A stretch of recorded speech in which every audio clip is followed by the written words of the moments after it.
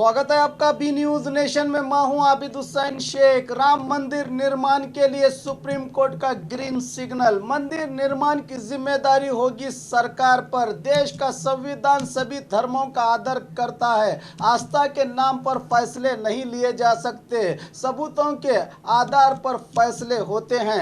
विवादित जमीन हिंदुओं की है, मुसलमानों को नमाज के लिए दूसरी जमीन दी जाएगी। पुरातत्व विभाग रिपोर्ट के आधार पर फैसला लिया गया है।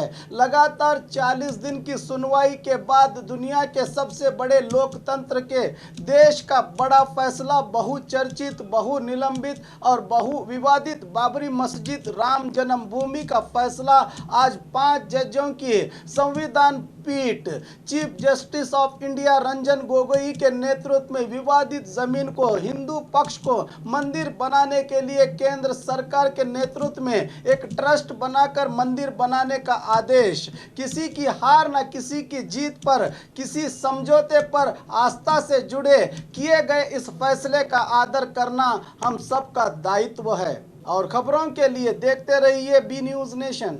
बी न्यूज नेशन के लेटेस्ट न्यूज़ों को अपने मोबाइल में देखने के लिए यूट्यूब में बी न्यूज नेशन के चैनल के सब्सक्राइब आइकॉन को दबाएं और फिर बेल आइकॉन को दबाने पर आप लेटेस्ट न्यूज़ों को देख सकते हैं।